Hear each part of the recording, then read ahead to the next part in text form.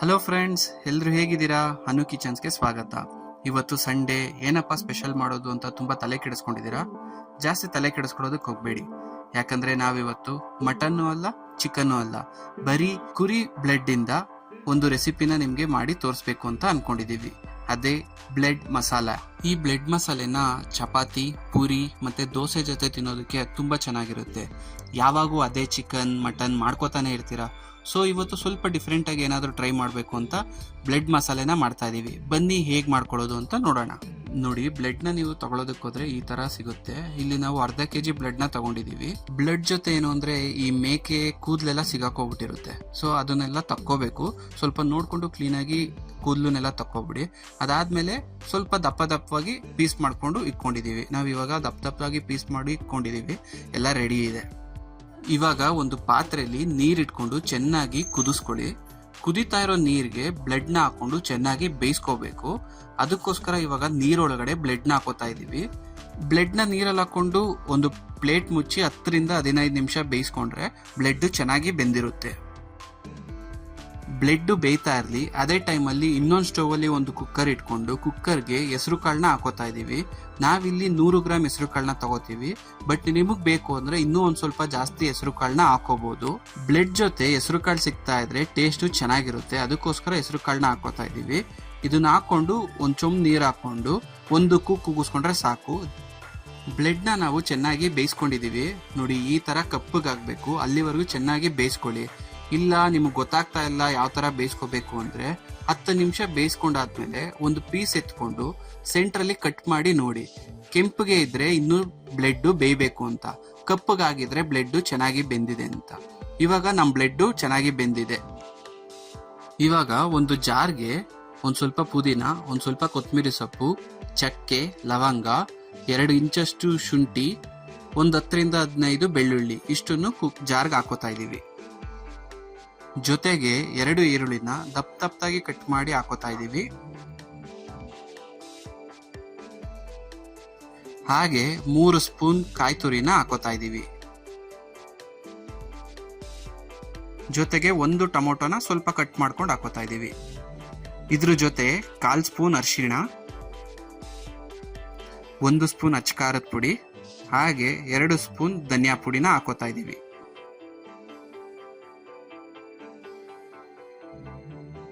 ಇಷ್ಟನ್ನೆಲ್ಲ ಹಾಕೊಂಡು ಇದ್ರ ಜೊತೆ ಒಂದು ಸ್ವಲ್ಪ ನೀರ್ನ ಹಾಕೊಂಡು ಇದನ್ನ ರುಬ್ಕೊಳ್ಳೋಣ. ನೋಡಿ, ಇದನ್ನೆಲ್ಲ ಈ ತರ ಪೇಸ್ಟ್ ಮಾಡ್ಕೋಬೇಕು. ಇದೇ ನಾವು ಮಾಡ್ತಿರೋ ಬ್ಲೆಡ್ಗೆ ಮಸಾಲೆ.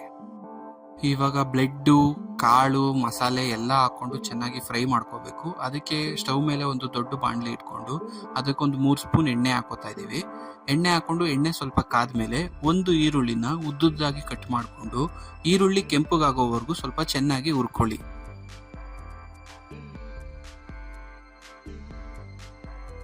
ಈರುಳ್ಳಿ ಕೆಂಪಗಾಗಿದೆ. ಇವಾಗ ಇದಕ್ಕೆ ರುಬ್ಬಿರೋ ಮಸಾಲೆನ ಹಾಕೋತಾ ಇದೀವಿ. ಮಸಾಲೆನ ಹಾಕೊಂಡು ಸ್ವಲ್ಪ ನೀರ್ನ ಮಿಕ್ಸ್ ಮಾಡ್ಕೊಂಡು ಮಸಾಲೆಯಲ್ಲಿ ಹಸಿ ವಾಸನೆ ಇರುತ್ತಲ್ಲ ಅದೆಲ್ಲ ಹೋಗೋವರೆಗೂ ಚೆನ್ನಾಗಿ ಹುರ್ಕೊಳ್ಳಿ. ಬ್ಲೆಡ್ ನ ನಾವು ಮಸಾಲೆ ಹಾಕ್ತಿಲ್ದಂಗೆ ಬರೀ ಹುರ್ಕೊಂಡು ಅದೇ ತರ ಕೂಡ ಮಾಡ್ಕೋಬಹುದು.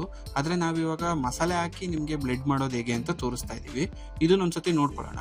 ನೆಕ್ಸ್ಟ್ ಟೈಮು ವಿತೌಟ್ ಮಸಾಲೆ ಕೂಡ ಮಾಡಿ ನಿಮ್ಗೆ ತೋರಿಸ್ತೀವಿ. ಇವಾಗ ಇದಕ್ಕೆ ಸ್ವಲ್ಪ ಉಪ್ಪು ಹಾಕ್ಬಿಟ್ಟು ಮಿಕ್ಸ್ ಮಾಡ್ಕೋತಾ ಇದೀವಿ.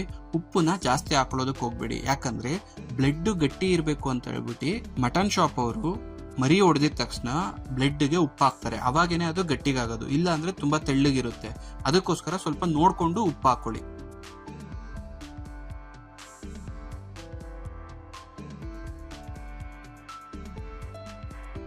ಮಸಾಲೆ ಇವಾಗ ರೆಡಿ ಆಗಿದೆ. ಇದಕ್ಕೆ ಇವಾಗ ಬ್ಲೆಡ್ ಅನ್ನ ಹಾಕೋತಾ ಇದೀವಿ. ಬ್ಲೆಡ್ ಅನ್ನ ಹಾಕೋಬೇಕಾದ್ರೆ ಒಂದು ಚೂರು ನೀರ್ ಇರಬಾರ್ದು ಬ್ಲೆಡ್ ಅಲ್ಲಿ. ಆ ತರ ಚೆನ್ನಾಗಿ ಹಿಂಡಿ ಬ್ಲೆಡ್ ನ ಮಸಾಲೆಗೆ ಮಿಕ್ಸ್ ಮಾಡ್ಕೊಳ್ಳೋದಕ್ಕೆ ಅಂತ ಹಾಕೊಳ್ಳಿ. ಸ್ಟವ್ ನ ಲೋ ಫ್ಲೇಮ್ ಅಲ್ಲಿ ಇಟ್ಕೊಂಡು ಬ್ಲೆಡ್ ತಳ ಹಿಡಿದಿರೋ ತರ ಚೆನ್ನಾಗಿ ಮಿಕ್ಸ್ ಮಾಡ್ಕೊಳ್ಳಿ. ತಳ ಹಿಡಿದ್ರೆ ಟೇಸ್ಟ್ ಚೆನ್ನಾಗಿರಲ್ಲ, ಒಂಥರ ರೋಸ್ಟ್ ಆಗಿರೋ ತರ ಸ್ಮೆಲ್ ಬರುತ್ತೆ. ಅದಕ್ಕೋಸ್ಕರ ತಳ ಹಿಡಿಬಾರ್ದು. ಆ ತರ ನಿಧಾನಕ್ಕೆ ಹುರ್ಕೊಂತಾ ಬನ್ನಿ.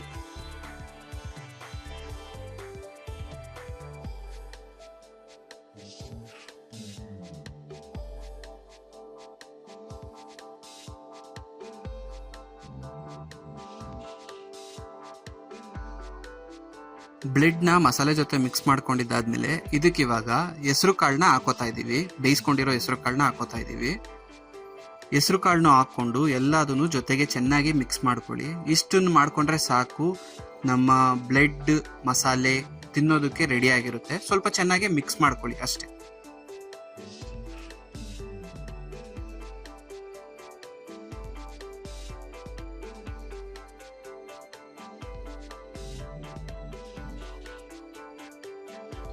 ಕೊನೆಗೆ ಒಂದು 5 ಸ್ಪೂನ್ ಕಾಯಿ ತುರಿ, ಒಂದು ಸ್ವಲ್ಪ ಕೊತ್ತಂಬರಿ ಸೊಪ್ಪು ಇದನ್ನು ಹಾಕೊಂಡು ಮಿಕ್ಸ್ ಮಾಡ್ಕೊತಾ ಇದ್ದೀವಿ.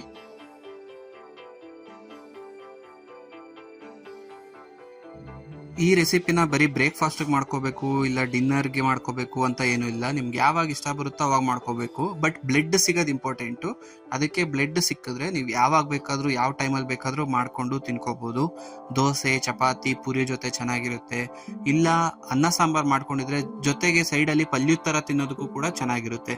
ಲಿವರ್ ಥರ ಟೇಸ್ಟ್ ಬರುತ್ತೆ, ಬಟ್ ಲಿವರ್ ಅಲ್ಲ. ಪ್ರೈಸ್ ಕೂಡ ಕಡಿಮೆ ಇರುತ್ತೆ. ನೋಡಿದ್ರಲ್ಲ ಎಷ್ಟು ಈಸಿಯಾಗಿ ಹೊಸ ಬ್ಲೆಡ್ ರೆಸಿಪಿನ ನಿಮಗೆ ತೋರಿಸ್ಕೊಟ್ವಿ ಅಂತ. ಈ ರೆಸಿಪಿನ ನೀವು ಒಂದ್ಸತಿ ಟ್ರೈ ಮಾಡಿ ಹೇಗಿತ್ತು ಅಂತ ನಮಗೆ ತಿಳಿಸಿ. ಇದೇ ಥರ ಹೊಸ ಅಡುಗೆಗಾಗಿ ಅನು ಕಿಚನ್ಸ್ನ ಸಬ್ಸ್ಕ್ರೈಬ್ ಮಾಡಿ.